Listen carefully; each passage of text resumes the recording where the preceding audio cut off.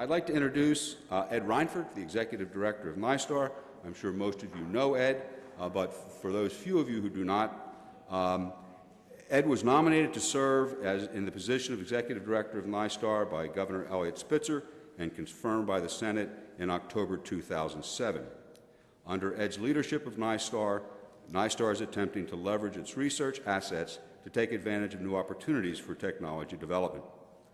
Ed was named as a representative to the New York State Council for University Broadband, chaired by Melody Mayberry Stewart, the New York State Chief Information Officer and Director of the New York State Office for Technology. Ed is also the chair of the Government Initiatives Committee. Prior to his appointment at NYSTAR, Ed served as the Vice President of the Business Council of New York State.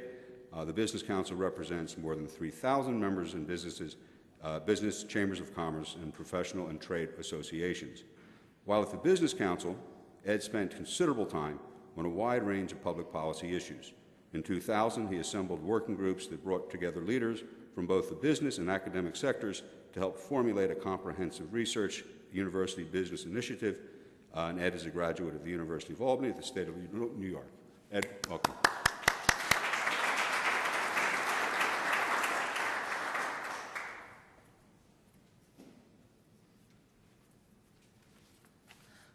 Good morning. Ted, thank you for that very generous introduction. Thank you for the conference and the invitation to be here. Now, Ted's not allowed to be a cheerleader this morning for his university, so I think I need to assume that role. If you've had good weeks, you know that you got a special feeling of pride. Well, let's just talk about Syracuse University in this 1 week.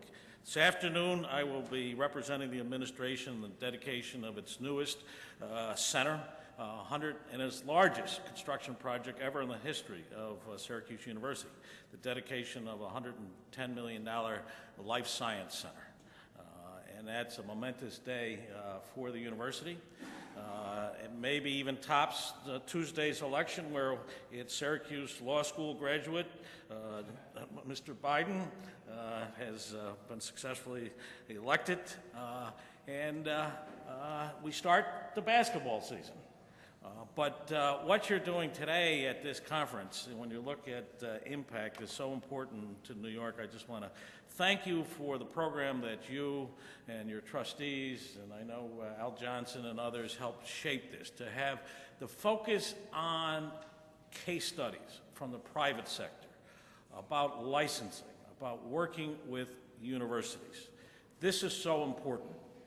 I was trying to recruit a director to NYSTAR yesterday down in the city, and he asked me, tell me what NYSTAR does. I mean, I understand it, I know it's good things, but I can't go much deeper than that. And I said, well, quite frankly, what we are trying to do is, which you mentioned, is leverage the research assets of the state in ways that lead to tangible growth in our economy and in product introduction. Now, what's that mean? How do you leverage? What are your research assets? Your assets, obviously, are your facilities. Your assets are your people, the quality of the research. Your assets are the culture, and the culture is so important. The culture at each level, about the desire and the ability to work with the private sector. And a key part of that is the licensing, and it's so important. Understanding what we have created, how we operate. Do we encourage interaction or do we discourage? Do we encourage collaboration or not? Are we serious about working together? Can we commit to the time frames that the business deserves? And this conference, and one of the reasons I think so many of you are here, is you recognize the importance of that. I'd like to thank our Centers for Advanced Technology and the directors from all over the state, our regional technology corporations and companies that have come here from around the state to listen in. And increasingly, as a statewide entity, we're trying to unite all the assets of this state to a common mission. How can we help each other? How can we work with each other? How can we refer people to each other? And that's an important message. And the urgency of what we're doing is what I'd like to stress today. This week in our office, we happen to have the good fortune to have brought in an 86-year-old veteran that was involved with World War II, and more specifically with the role of technology in helping win the war effort. And he gave a fascinating presentation of the ramp-up of industry in World War II, and how, over a short period of time, we brought innovation to our production process in ways that we never envisioned we could do until we were challenged. And the point of that is you look back at that era and you think about that moment in time when Vannevar Bush came in to see FDR and said, you know, we have to be serious about research if we indeed are to win this war. But it was more in his mind than just about research. It was about bringing products to market. And the market, obviously, in that era was the war market. Now, how do we bring products to the troop? How do we bring better products? The gentleman who spoke to us talked about inheriting a 1918 complex, never modernized. And how do you make that happen? And flash forward today where we have a new administration that we expect to challenge us about what we can do in this era. What are our needs? What are our needs for energy independence? What are our needs for health care? What are our needs in many ways? And we have so much expertise throughout this country. But how do we bring it together? The topic that you have today is so important. And I mentioned we chatted last night with Ted about a mission we'd like you also to take on, to have our state technology law center take on, and Ted has agreed. And that is to look at the user policies, the IP policies that we have in place throughout the state, and to help assess what makes a policy user-friendly. What triggered this was a lot of discussions with a lot of companies over the past 18 months that I've had the honor to serve as executive director, but immediately was triggered the last week by the DOE's announcement that after 6 months of work that it has come up with 2 simplified contracts to use a DOE facility. Now, as you know, these national labs have the most sophisticated equipment in the world, but they divided it into proprietary use and non-proprietary. And they announced that this process is now in place and is designed to increase the interaction between researchers and business, to encourage greater use of facilities. This state has invested $1.5 billion into its research capacity at its universities. NISTAR is in the process of trying to open this up to more companies, all our assets. But we need user policies that are friendly. We need a culture that is not only accepting of this, but desiring to do that. And this mission, Ted, that we have given you is critically important to what we're trying to achieve overall. At this one level, key level of licensing, or just use of facilities, do we have the right policies in place? And we thank you for agreeing to take this on.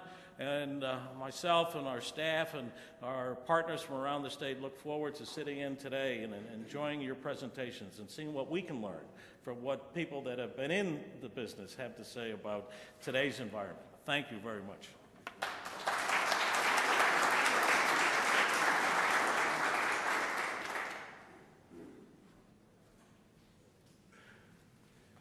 As Ed alluded to, the idea for this conference really came out of a meeting of our Board of Advisors back in June. And we sat around and we brainstormed and talked about what we might do for a conference. And out of that meeting came 2 basic themes. One, it should be very practical, and 2, to the extent possible, it ought to involve case studies. Very, very good suggestions. We weren't quite sure how to put flesh on them and turn them into reality. So we thought about it, and I went back to my office and I took out a piece of yellow pad and I wrote down the names of people that were my dream team, my wish list, to participate in this conference. And we wanted a keynote speaker who was nationally renowned, and we wanted the CEOs of the creme de la creme companies in upstate New York. And everyone said yes. And I'm just delighted and thankful for that. And I think that really, again, is a testament to NISTAR. It wasn't the Science and Technology Law Center, it was a recognition of the importance of the work of NISTAR and that we're part of that effort. So let me introduce Duncan Moore. Duncan Moore is the Rudolph and Hilda Kingslake Professor of Optical Engineering and Professor of Biomedical Engineering and Professor of Business Administration at the University of Rochester. Are these all joint appointments? That's a lot. In 2007, he was appointed the Vice Provost for Entrepreneurship at the university, and in this role, he manages the Kauffman Campus Initiative of $10.6 million over the next 5 years. And a couple of years ago, we had Carl Schramm here as a speaker. From 2002 until 2004, he served as the President and Chief Executive Officer of Infotonics Technology Center, and I am now also involved to some extent with Infotonics Technology Center.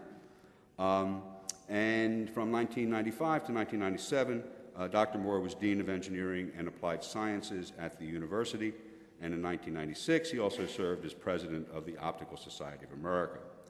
The U.S. Senate confirmed Dr. Moore in the fall of 1997 as Associate Director for Technology in the White House Office of Science and Technology Policy. In this position, which ended in December 2000, he worked with Dr. Neil Lane, President Clinton's science advisor, to advise the President on U.S. technology policy. Dr. Moore's extensive experience in the academic, research, business, and governmental arenas of science and technology. He is an expert in gradient index optics, solar cell design, computer-aided design, and the manufacture of optical systems. He is also the founder and former president of Gradient Lens Corporation of Rochester, New York, a company that manufactures the Hawkeye borescope. Dr. Moore holds master's degrees and PhD degrees in optics from the University of Rochester and a bachelor's degree in physics from the University of Maine. Welcome, Duncan.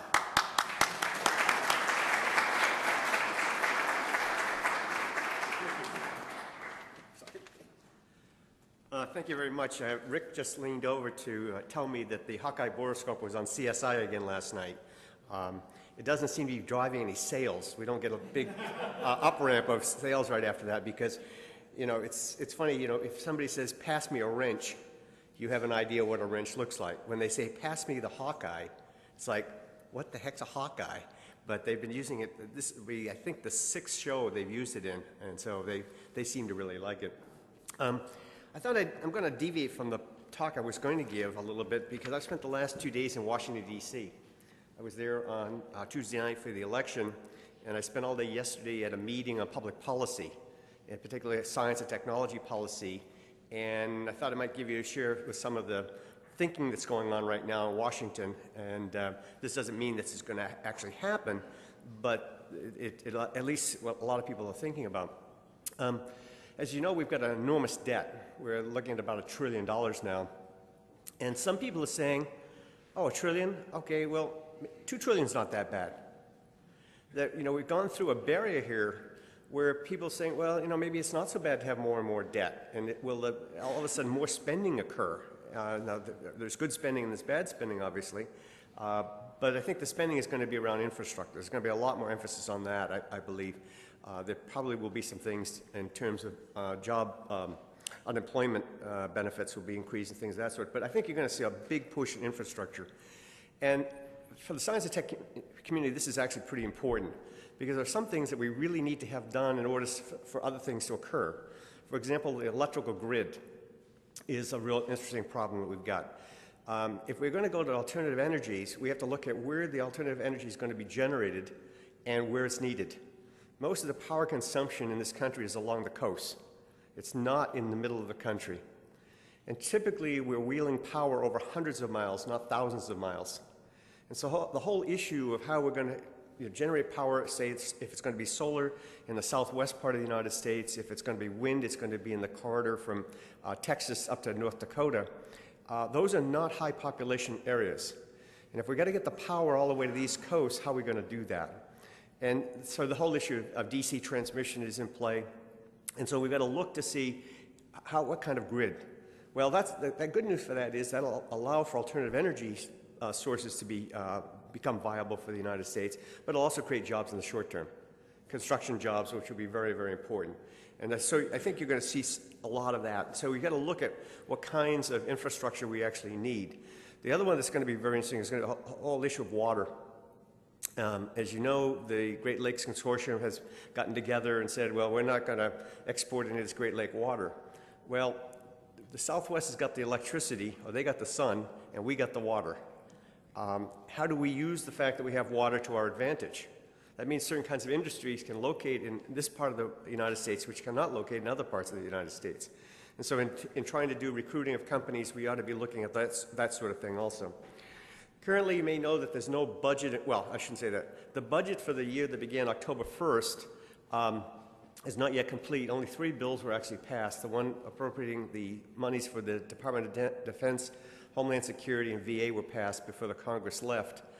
The President Bush had threatened to veto any bills that were above his budget requests.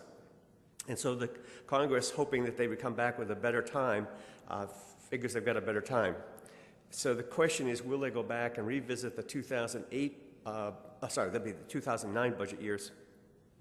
The feeling is they probably will. They probably won't send them to the president until there's a new president in place, because there's no sense in playing around unless they can get an agreement with Bush, knowing what the results are, that he would actually agree to do that. The reason this is important for science and technology is that there was an increase in science and technology funding this current year. It was in the supplemental bill. When you do what's called a continuing resolution, which is what we're under right now, what that means is that you can spend money at the level you had last year. It does not include any supplementals. So in fact, what happened was the National Science Foundation, NIST, as part of the Commerce Department, NIH, let's see who else, Department of Energy's Office of Science actually took a took a budget cut. So they're actually operating a lower budget now than they would otherwise. And so if they continue this continuing resolution, you're actually going to see fewer contracts and grants let by those agencies. And so it is really very important that that happen if we believe in science and technology. I think a general theme going forward is going to be the use of science and technology as related to social needs. That we're going to see, we're very clear on the whole issue of energy policy. And some people are making the argument that while climate change, everybody thinks climate change is important, and I think everybody in this room would say climate change is important, it is a very difficult sell to the average American. If we want to do the energy policy, the better argument seems to be on national security and energy independence. If you make that argument that where we're getting our energy sources now, particularly oil and other sources, that we're getting them from nations that are not very friendly to us, and that if we go around, if we say, okay, the reason we're going to put all these wind farms in, or solar farms, or we're going to build nuclear power plants is around national security, that seems to be a better sell than saying we have to worry about the climate. But worrying about the climate is a decadal problem. National security is something you can see right now. We got a war going on in that part of the world. And so people say, "Oh yeah, I can understand. We got to do that sort of thing." So that's another issue. The whole issue of green tech, I think, will make some progress. One of the interesting issues as was mentioned, I've been working in solar, and I have a big research contract with a company in Spain called Abengoa. And most people here would never have heard of Abengoa, but they're a $4 billion company, and they're in the energy business. And they have a big facility in Sevilla, just south of Madrid, which is a huge heliostat. It's a 20-story tower, and they have, I've forgotten how many acres of mirrors there are. But they've got all these mirrors. Each mirror is about 2 meters by 2 meters. So they're big mirrors, and all they do is they sit there and they reflect the sun up to this huge tower up there. And it's really cool because it glows. And and if anything flies through it, it's all too bad. But what's really interesting, you do something, you think, oh, that is marvelous. Now it's in a desert. And so it's completely dry and all that sort of thing, because that's a good place to have solar, is in deserts. But one of the things that's happened there that I would never have expected is, of course, you have these mirrors, but they're casting a shadow behind them. There's no sun going down onto the ground behind them. So what's happening? Things are growing. Things that normally would not grow in the desert, suddenly starting to grow. Well, wait a minute, what does that mean? Does that change the biodiversity of that desert? And how are we going to deal with it? Does that mean that new animals will be able to flourish, under heliostats? Or, on the contrary, could you use that to make land that would otherwise not be usable, more usable? In this country, most of the land that we would like to use for solar is actually managed by the Bureau of Land Management. And there's all kinds of interesting problems associated with that. And so we got to think through the whole process in a way that I had never thought about. Another area I think that's going to get a lot of play is, as we know, the baby boomers are reaching retirement, all that sort of thing. And this is something I've been interested in for some time, and this is the whole issue of how can science and technology allow people to live independently longer. And this isn't just about diseases. I mean, that diseases are an important part of this whole issue, but it's really about things like how do we substitute one sense for another? How do we take and use substitute vision for sight as sight for vision, smell, etc.? So, for example, visual hearing aids. For example, building in the bows of your glasses directional microphones so that they only pick up the sound in the direction you're looking. So you have little microphones in here, you have a RF transmitter in the back of your bow of your glass. It transmits a signal down to something you could wear on your hip, like a BlackBerry, or it's really a voice recognition system. It does voice recognition, retransmits the signal back, and you see the words coming out in a marquee display on the inside of your eyeglasses. So as you're making eye contact, the words are coming out. Now, the research here is a really interesting problem, is voice recognition today is only about 90%, 95% accurate. And you say, well, that's pretty good, but that means you're missing 1 in 10 or 1 in 20 words. So that means in the last minute, you will have gotten, I don't know, 2 or 3 words wrong that I spoke. And it doesn't make any difference if what the sentence that's constructed it makes no sense. If it makes no sense, you see something and you say, I don't understand.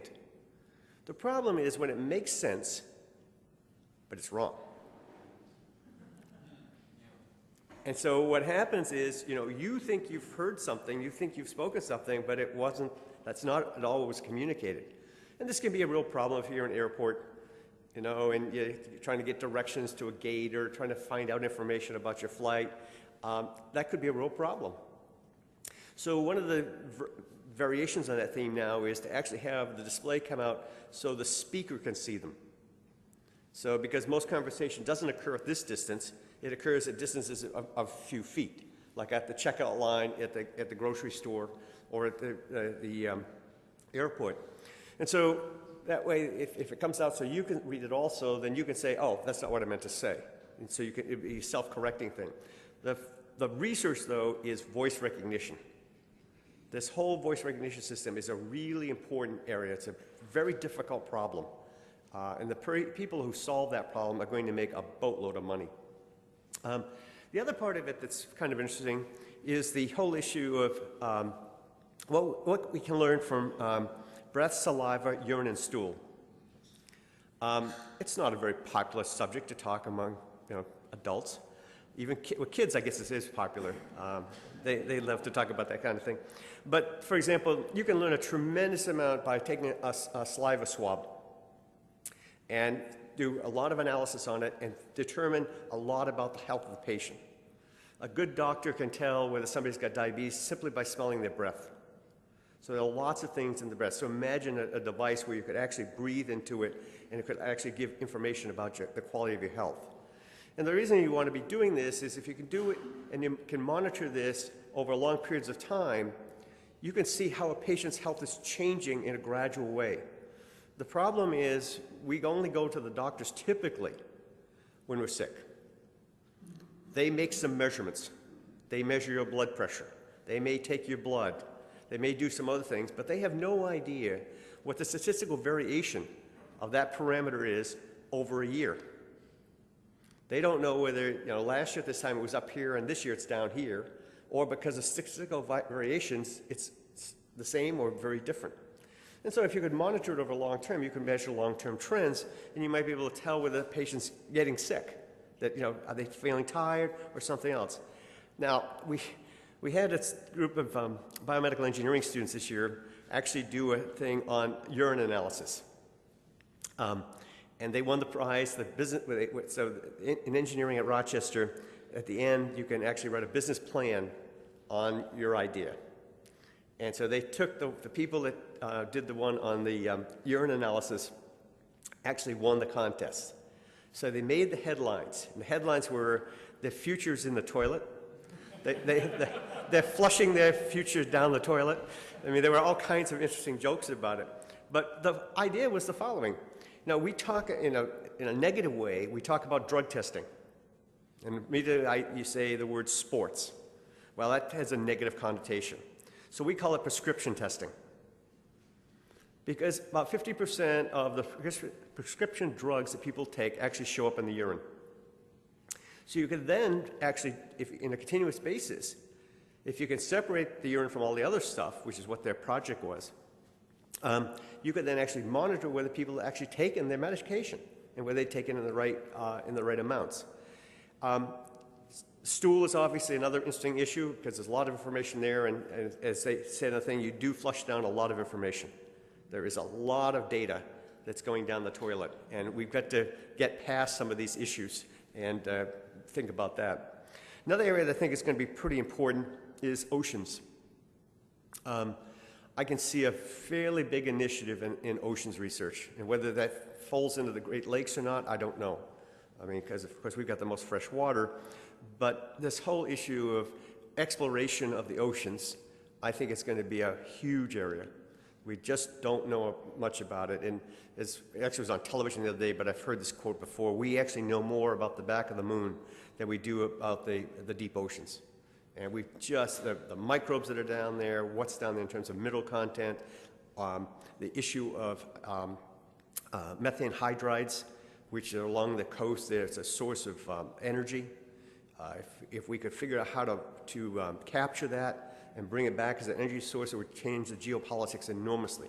We actually have huge resources of methane hydrides off the Carolina coast that most people don't know about. But nobody's been able to figure out how to get it out because it's only stable at certain pressures at certain temperature. And so once the temperature changes, or the pressure changes, that is the height of the water changes, it changes the layer at which this material is stable. From a small business standpoint, the Small Business Innovation Research Program is in very good shape, I think.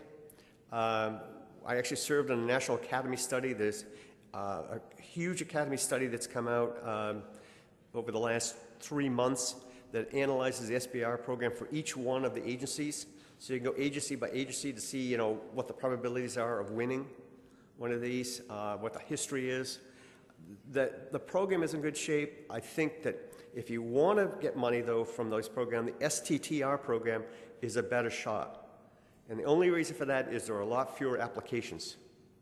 Now, the total money is smaller, but it's that ratio that counts. Now, the difference between the two, if you're not familiar, is in the SBIR, the small company has to be the lead. In the STTR, the university has to be the lead. But there can be money flowing in either direction. So it's another one of these programs. It's all about getting research out of universities into the marketplace.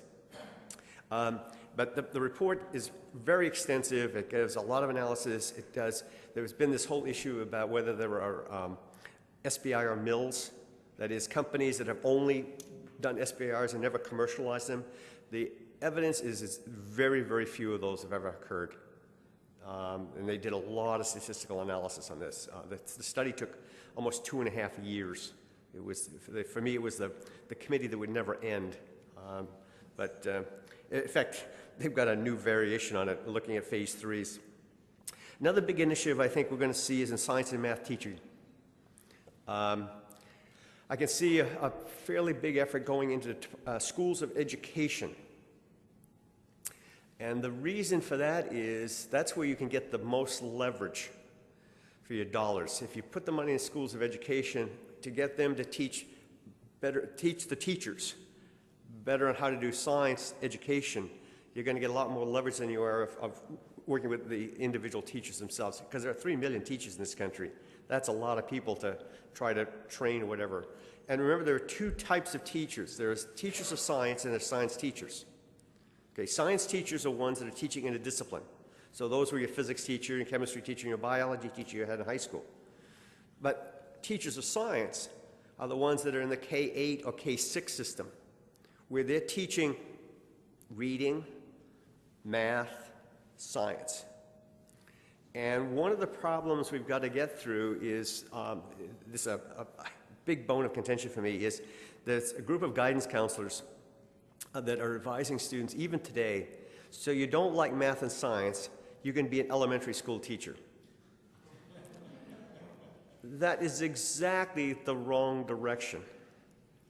We've got to have incentives for people to go into it, and we've got to get all of, particularly the 5th, 6th, and 7th grade teachers to be more engaged in science education. There are some school districts here in New York State now that actually have a science coordinator for the junior high schools. And at least in Canandaigua, New York, they have one that actually goes down into the 1st grade to get that in there. And that's going to have to be a direction. It's going to be a little costly. The whole issue of differential pay is going to be a very interesting one, getting past that one. And that's going to be a political nightmare. Now, the final thing I want to talk about, which will then get to the heart of my talk, is science and technology and entrepreneurship. Or you could say science and technology and economic development. But I'm going to differentiate a little bit between those two. Because one of the things we talk about in Western New York State in particular is we've got a lot of MBAs, but we don't have a lot of people who have grown businesses from the ground up. We look at the survey. There was a wonderful survey done about 3 or 4 years ago called Making Rochester Hot. It was written by the Council of Competitiveness in Washington, D.C. And it looked at, in fact, it was part of a larger study that they did of medium-sized cities around the United States. So they studied places like Wilmington, Delaware, Albuquerque, Spokane, Washington, Lansing, Michigan, Rochester, and a couple of others. And they used the same survey instrument. And some of you in the room were probably surveyed by them at that time. And when they looked at what the deficits were, one of the huge deficits they saw was the lack of manpower. Manpower that had grown businesses and then could go back and be a serial entrepreneur. And we just don't have a lot of those. We have some. Rick is an example of that. But we can't say, gee, we've got a huge number of these people. And so one of the things we need to do is we need to think about how to get more entrepreneurs going. Now, let me get to my slides here.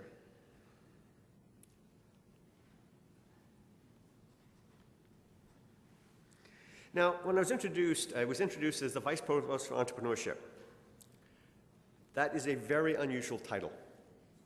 As far as I know, there are only 4 people in this country, and that probably means in the world, with that or a similar title. They are at Rochester, Syracuse, RPI, and Babson. 3 are in upstate New York. They're all along Interstate 90. I don't understand why that is.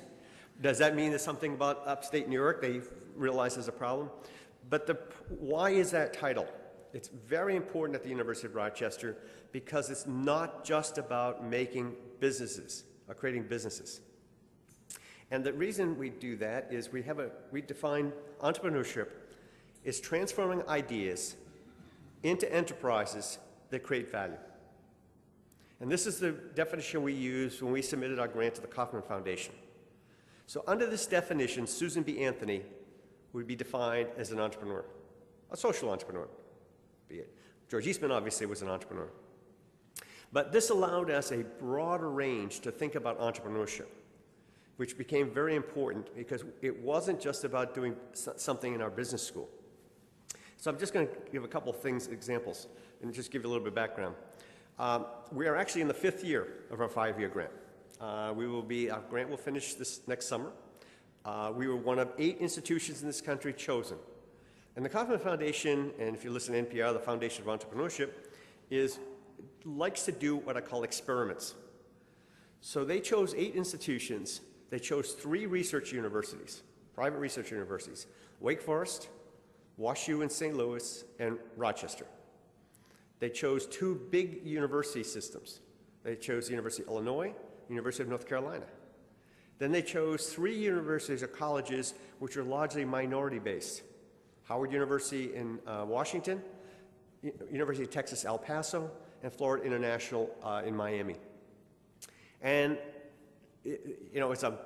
running a grant, this is the best grant I've ever run because they want you to decide what it is about your institution and how you're going to get entrepreneurship in it.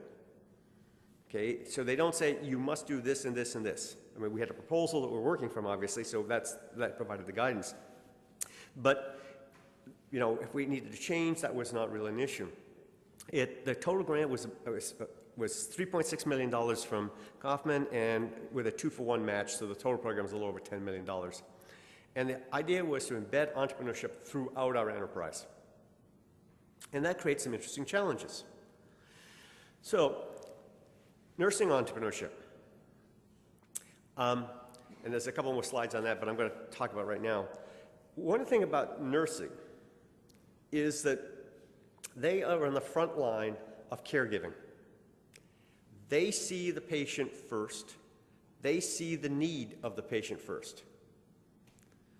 But we have never given them any tools to determine whether there's a market opportunity. They see a need. They say, gee, this is a real problem. I'm seeing this in a lot of patients. But they don't have that tool in order to do that.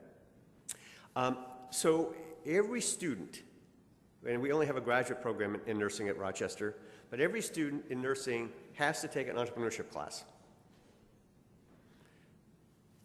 You know, they may decide they don't want to do any business opportunities. That's fine. But as we know, we have one nurse that's a strong who's got 20 invention disclosures in our tech transfer office right now. That sort of thing changes the whole mindset. You know, of the 20, maybe only 2 or 3 are patentable. I mean, because they don't have any, she doesn't have any ability to actually figure out what the IP position is at this particular point for a given idea. But the whole idea that they're thinking this way is incredibly important.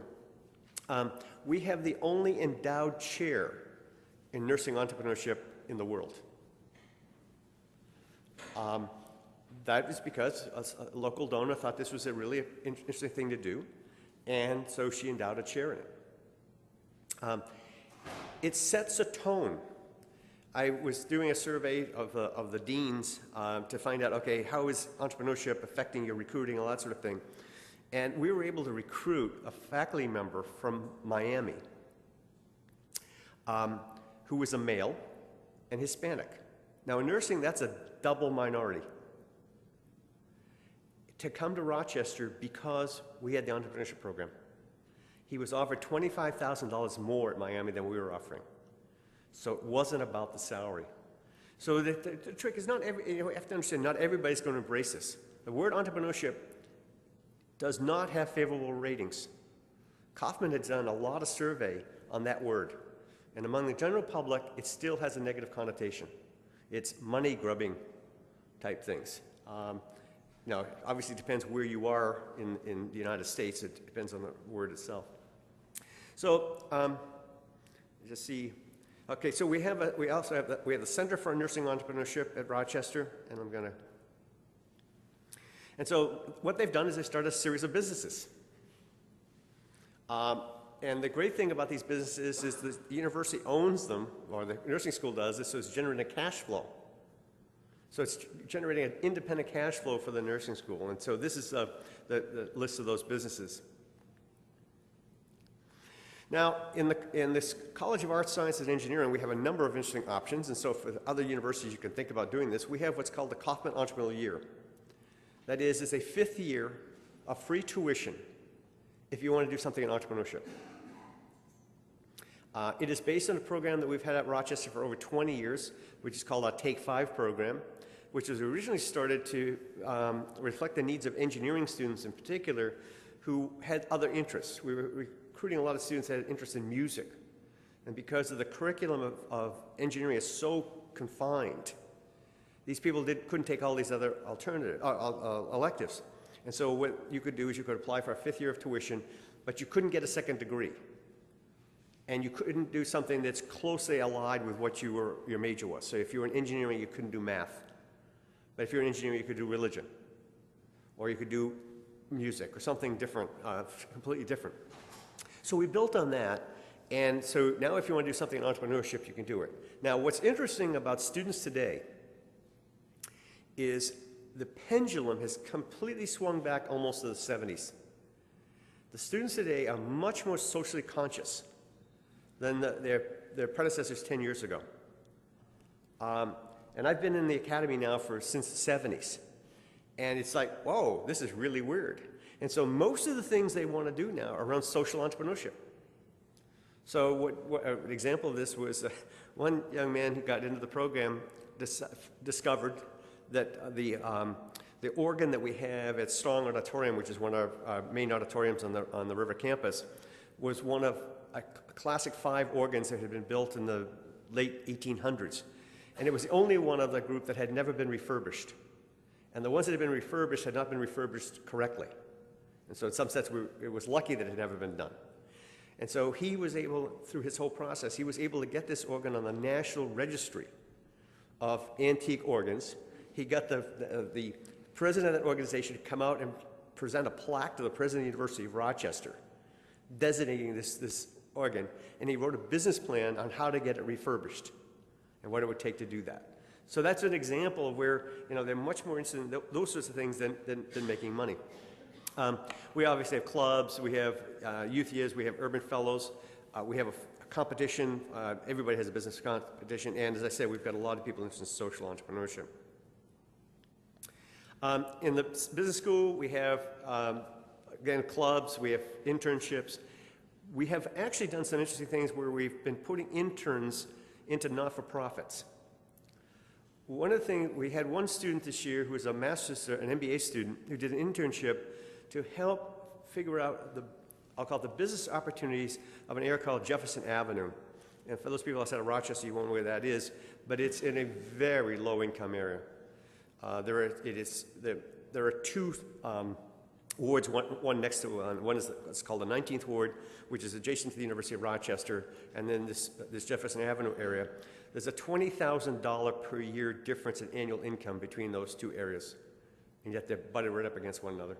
And so what she did is she went in there, did a tremendous amount of work with the city of Rochester, with the economic development people in the city, to figure out what businesses could actually locate there, and developed a whole plan of what things are needed there, what types of business could survive with that kind of income. And so we did this because, obviously we're trying to connect more with the community, but it was also an opportunity for the students to get some real-world experiences. So we've been doing some of those, they're really social ones, but they're really actually trying to make a better community. We're very interested, as I say, we've got to get more and more young people involved in entrepreneurship. One of the problems we're facing in the city of Rochester is, obviously everybody knows about the decline of Kodak and Xerox in terms of their absolute number of employees. And the University of Rochester is now the largest employer. What people aren't recognizing is that one of the major differences now is Kodak and Xerox are not recruiting 20-somethings to our community. They both had huge recruiting programs where they would be going across the nation to the first-rate universities, recruiting people to come and move to Rochester, New York. 21-year-old somethings with a baccalaureate degree, 25-year-old somethings with a master's degree, 29 with a PhDs, whatever. So they're bringing these young people into our community. That's not happening. And what that means is, over a period of time, there will be a lost generation. We always talk about brain drain, but there's always been people moving away from the communities. I mean, lots of people when they're 20-year-olds say, Rochester, New York, no way. Now when they're 30, 35, they think, oh, quality of life. They have a different view of things. They may move back. But we aren't bringing some of those 20-year-olds in. And that is going to be a long-term problem. And so one of the programs I think we need to have in upstate New York in particular is how do we try to keep some of these students that are coming into Syracuse University or coming to the University of Rochester or RIT or Buffalo who are coming in from outside. How do we set them up in a way that, gee, I want to live here. I want to stay here. So it's very important that we generate as many programs as we can that couple our students to the community so that when they're freshmen, they're doing something in the community so that they build a network. Because if you want to start a business later on, it's all about the network. And if you have a network, you're going to say, that's a good place to live. One of the programs we have is what's called the Young Entrepreneurs Academy. This is a program for 7th through 12th graders to start businesses. Now, it's an after-school program. It's a whole year program. And so students start in September, and by the end of October, they figure out what their business is. So they figure out they maybe have an idea, or that we have an entrepreneur in residence that works with them to figure out what the business is. They have to write a business plan, which is due by the Monday before Thanksgiving. Then between Thanksgiving and the first week in January, of course, they have finals and the schoolwork and everything, but they have to present a oral presentation to pitch their idea to a group of venture capitalists. And these are people from our community who all agreed to lose $900. Because we make it pretty clear, you're not going to get your money back. So they sit as a board, and these kids are just fantastic. They come and they make their pitch for their money. And so they're going to be asking for between $400 and $1,400 is kind of the range. So the venture capital board sits there and they say, okay, that's pretty good. And they get together and say, well, okay, we'll invest $500 in this plan and so much in this plan and so forth. So then the students launch their business. They get out of the county clerk's office. They set up a DBA. And then they start making their product. And then in May, they have a trade show. And at the trade show, then they can sell the product. And they sell it for these artificial dollar type things to avoid some other issues. And then they have a graduation ceremony and they get a briefcase. The point of the matter is, you get some really interesting cultural things going on. You're getting more energy, which is important in a community. We're doing stuff. We have next week we have the Extreme Entrepreneurship Tour coming to Rochester, which is a thing for kids. We do a lot of that work with the local school districts, particularly inner city schools, where we have them come over and have an opportunity to at least taste for an afternoon what entrepreneurship is about. Because one of the problems we have with this top program is that it is, because it's a tuition-bearing program, it means it's easy to recruit students who are from the suburbs. One of the things we're trying to do is get more and more scholarship money for inner city kids, because they're the ones that can benefit the most from these sorts of things. And we do a lot of work with the Boys and Girls Club, which is across the river from where we are also. And then the final thing is we do have a lot of business competitions, and I just want to highlight one because it goes into the next speaker. We are involved in the Rochester Regional Business Plan Contest, which is like many other places. One in Ithaca, there's one in Syracuse, there's one in Buffalo. And then we had what was called, or is called, the Golden Horseshoe Business Challenge, which was a business plan contest of business plan contest winners. In other words, you had to win a contest someplace else. And it was in the idea was it was in Western New York and Southeast Ontario. And one of the things that we need to think about, and I know it's not popular with politicians and things of that sort, but we've got to think about how to couple our economies with Southeast Ontario. There are 11.1 million people who live within 50 miles of Lake Ontario. So if you do a swath around the outside, 11.1 million. That's a huge number. But we don't think about it that way. We think Western New York State. Well, yeah, but there's a lot of stuff right over the border there. But it's hard politically to do that. But as I say to a lot of people, I hate to tell you this, but Toronto's got a better cachet than the name Rochester. That's unfortunately the reality. But I'll get to a story, but I'll actually tell you now. We've had 2 Golden Horseshoe Business Plan Contest winners. The first one was a company called Wakanda, which was based in Rochester, and it was in the solar cell business. They won the contest. It was actually pretty interesting because the way the contest was set up, there were 4 communities that were involved in it: Ithaca, Rochester, Buffalo, and Waterloo, Ontario. And for those people that don't know Waterloo, Ontario, that's where BlackBerry was invented. It's the largest engineering school in Canada. It's gone from being a rural agricultural community to being extremely high-tech in 30 years. For those people who were in computing 30 years ago, and we were doing Fortran, you might remember what for, the program, that WAT was for Waterloo. That was all developed up there. And I never knew why they had what 4 and what 5, but that's the reason. So each one of the communities had a contest. The winners of those contests came to Rochester a year and a half ago, and then the second place finishers did a wild card round. And so whoever won the wild card then got into the finals. So there'd be four winners and 1 wild card. Wakanda was the wild card. They came out of the wild card round and won the whole contest. And it's $100,000, winner take all, cash. It's none of this, in-kind services and all that kind of stuff. It's cash.